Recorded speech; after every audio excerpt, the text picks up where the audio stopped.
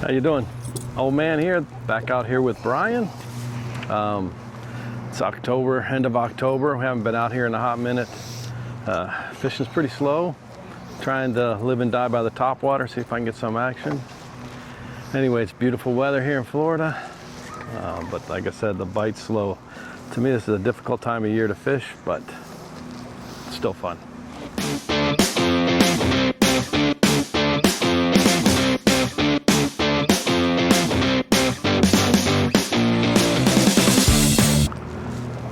So one thing we were going to talk about today, something I think that not enough people talk about, is retirement and how to prepare for retirement. So, I told my kids ever since they were little that when you get paid, the first bill you should pay is to yourself, right? So I told them that you should put a minimum of 10% away for your retirement or in savings. It's a good rule of thumb. I mean, I'm not going to sit here and tell you what you should invest in, all of that, because again, it gets crazy. There's a billion people out there with a billion opinions on that. But what I want to talk about is, what's your goal? What's your retirement goal? Do you want to have money so that you can live off of for the rest of your life? And how much money is that? What do you need? So and it's interesting because Brian and I, we had a discussion the other day at work, and this is what got me thinking about it. We were talking about retirement because both of us are coming up on retirement here pretty soon. And we kind of were like, I can't even remember what we were talking about, what we're going to do, what you need. And one of the younger guys, he's like in his 40s, made a comment like, you need to save as much as you can save, or you need X number of dollars, you need to take care of your children, you need to have all this money so that your children will be set for life. And I was like, well, let me tell you something. I said, when I was his age, I thought much the same way, right? So I put as much money as I can away so that my kids could, have a better life when I die. There's money there for them, and I take care of my kids, but I want my kids to struggle. I want them to work for things. If I was to just die tomorrow and let's say each of them got, I'll say $100,000, right? I'm sure it would help them in that little period of life, but that $100,000 would be gone so quick. It would like nothing. And so this is money that I've worked my entire life to put away for myself, for my retirement. So again, I don't have a problem helping my children, but I didn't work my whole life so that when I die, my children can be millionaires, That's just my thought. I'm curious what you guys think. What do you think, Brian? Well, I think the important thing is figure out what you want to do when you retire. Let me scoot up a little bit, get away from this tractor. That droning is just so annoying to me. That's that not constant frequency from that tractor. Oh, yeah. Oh, God. That's old man problems right there. All right, what do I think about retirement? So, as far as I'm concerned, retirement for me is going to be a chance to pursue all of the interests that I didn't have time to during my career and my wife's career, right? Mm-hmm. So we want to take that time to do things that were prohibitive time-wise, right? Not necessarily money-wise, right? Yeah. We've been fortunate to have good careers. We've been comfortable, and we've put a lot of money away. And I'm of the opinion that if we were to just continue to save that money and give it, we have 2 kids, give it to our 2 kids, that money would be gone within a year or 2 of us passing away, right? Because easy come, easy go is my opinion. I've had friends in the past that got large inheritances, from their parents, and basically they did not use it in a manner that would set them up for life. So I think the perspective that, yeah, you want to make sure your kids never want for anything. If you never want them to want for anything, you got to teach them how to be self-sufficient, and you're not going to do that giving them X amount of dollars really good when you point. pass away. That's a really good point. You know, we talk about, like, my daughter, I bought her a brand new car when she was, I think, senior in high school. She had that car. She had no equity in the car. She didn't do anything to get the car. It was just given to her. She drove the car. Dad took care of the car. Dad paid for the maintenance, the tires, the everything, right? And she didn't take care of that car. She didn't care. I mean, it's just like anything else, you know, something's wrong, Dad just pays for it, you know. So it wasn't until I signed that car over to her, I'm like, okay, it's your car. It's your responsibility now. Now she takes care of it. Now she's got equity, sweat equity into it, you know. But again, who's at fault? Is it her fault? Is it my fault? So I agree with you on, if I just give them something, I'm sure they'd be appreciative and all of that. But again, I worked my whole life so that I could live and not work. Exactly. Not so that I can die and my kids can be millionaires, you know. Yeah. Yeah. But here's the thing that I think too many people, they don't have like a realistic goal. So if you ask them, you know, how much money do you need? Well, I need $2 million, or I need $3, $4, $5 million saved up, or whatever. Throw whatever amount you want to in there without any real thought, right? So if I said, okay, how much money do you need per month, right, to live off of? Now keep in mind that you're going to be on a fixed income. So when you retire, you're not going to live better than you did when you worked, right? So you're going to be on a fixed income, but how much money do you need per month? And that should tell you right there, okay, if I need $10,000 a month, for example, to live off of, and all I have is my 401k, well, that's $120,000 a year. So after 10 years, that's 1.2 million, right? And then after 20, that's 2.4 million. So how long do you expect to live? How long do your people in your family live, right? And then you also need to think, if I need $10,000, for example, between 62, let's just say you retire 62, between 62 and 72, that's going to be a much different life than you'd lead between 72 and 82, right? So I think as you get older, your expenditures only decrease. Now your health insurance and your health costs may increase, but I mean overall, I think you're just not going to be traveling, you're not going to be being as active as you were when you were 62 to 72, you know? Yeah. So I think you need to have a more realistic approach to how much money do I actually need? Or does, you know, again, like the age difference between my wife and I is 9 years. So let's just assume I die and my wife lives for at least another 9 years. That's something I need to take into account, how much money, right? But I mean, again, if I said I need $5 million to retire on, for what? That's my question, for what? You know? Yeah, they call it, after you retire, you have like the go-go years where you're going to be healthy, able to travel, able to partake in all these other hobbies. And then you have the slow-go years, which are the follow-on period of time where maybe your health starts to decline.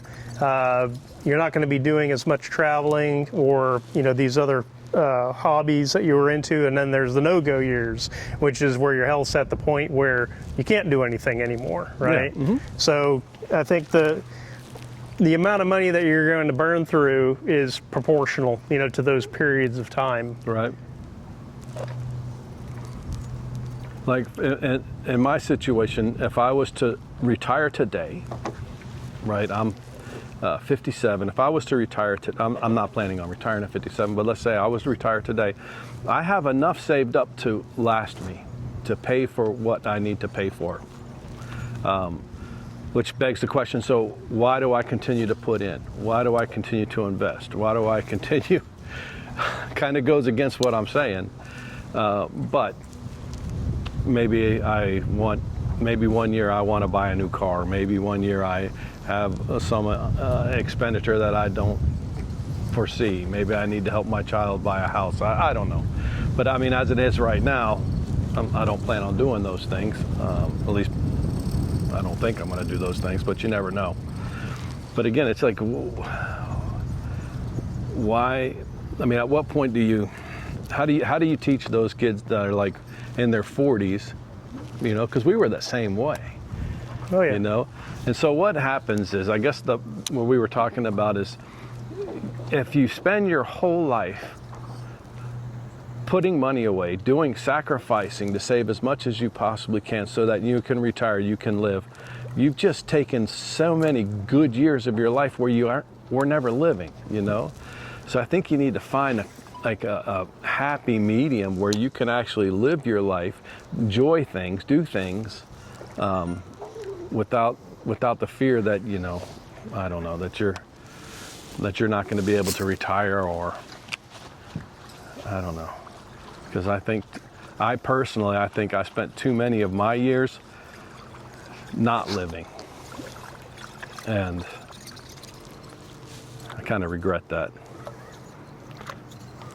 I think a big part of it too is, as you get older, you become less outwardly focused, like competition-wise, like trying to get promoted and trying to get the biggest house and the best car and all that, and you become more inwardly focused. You try to do more pursuits that are personally enriching or altruistic, doing things for other people, right? Mm-hmm. Getting enjoyment out of that. So, so I think you have less financially driven aspirations the older that you get.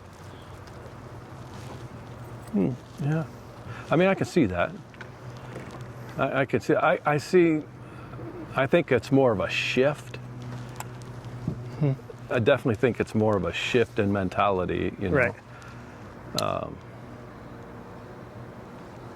But I don't know. I mean, as a guy that's on, you know, entering that stage in my life, I just look to my kids and to the younger people, and I just say, you know, set attainable but realistic goals. Don't just say, okay, every cent I make, every cent. I'm going to forego vacations. I'm going to forego buying and upgrading a car. I'm going to keep this car for 20 years, or I'm going to whatever, you know. I'm not saying spoil yourself, but I do think that you should continue to live, you know, and not focus so much on, okay, I need X number of dollars. You don't even know. Number one, tomorrow is not guaranteed for any of us, right? So, Absolutely. I mean, tomorrow might be my last day, you know, so I want to live. But I definitely am not working and saving and doing all that so that my kids don't have to. And I don't know if that's just selfishness, but yeah, I want my kids to flourish. I want my kids to have all of the things, and they have. I've raised them, but I want them to work. I want to be proud when they buy their first car. I want to be proud when they do these things, you know, buy a house and save up money and do all those things, you know. I struggled. We both struggled, you know. We didn't have, oh God. So I don't think that any of my kids have struggled the way I struggled, so I don't think I did a bad job. It is odd, though. It's odd when you think about the expectations, you know? Mm-hmm. Like the kids today, they expect that they're going to be given a car, or they expect that they're going to have their college paid for, or they expect that, X, Y, and Z. Their parents are going to do this or do that. When did that change? Yeah. Yeah, it's like the drive isn't there. It's like it's the entitlement took its place. Yeah, and more importantly, were we that way? I don't. I know I wouldn't have thought that I would deserve a brand new car and to have my college paid for and all of that. I knew that wasn't going to happen. No. It's kind of funny. I guess we'll blame social media, the very thing we're on right now.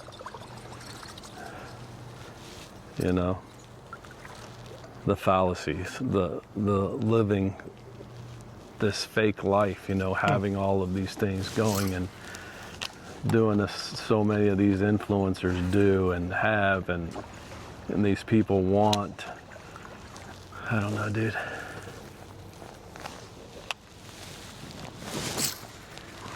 I'm curious what people think, though.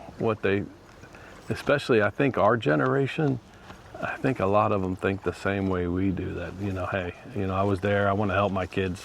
I'm not saying we're not doing that, Geez, I still pay for my kids' cell phones, but my adult children's cell phones. But I think there's got to be a break-off point, man, Things are so expensive, it's so hard to live on your own, but on the same note, geez. These kids living with their parents till they're in their 30s, and not about that life, dude. So I guess to wrap this up, when it comes to my position on retirement, is to set attainable, realistic goals. Don't lose sight of those goals, but also don't sacrifice so much today that you're not living in hopes that in the future you will, because the future's never guaranteed. Find out what that is. Do what you need to do to reach that point. Well, I'm living and dying, and I'm definitely dying when it comes to the top water today. So I think I'm gonna go back to the spinnerbait for a minute. See if I get. This is freaking awful. Have you had any bites at all? Nope. Hell no, to the no, no, no. Hell to the no, hell to the no, to the no, no, no. Hell no, no. We struck out today at a big 0. We'll call it a scouting mission. So, unfortunately, we take the good with the bad. Today was the bad. Nothing. Brian had one bite, and I actually threw with a buzz bait and landed on a fish. That's all I saw today. So I think the next go round, we're gonna try probably catch old school, see if we can catch some brim, see if we catch some bluegill, just to see kind of where they are, because honestly, we haven't been out. This is the second time in 4 months we've been out. We got to figure out where the bass are and what they're biting on. What do you got, Brian? That's it. Better luck next time. All right, well, anyway, thank you for stopping by. This is Old Man Out. We'll see you next time. Stay tuned.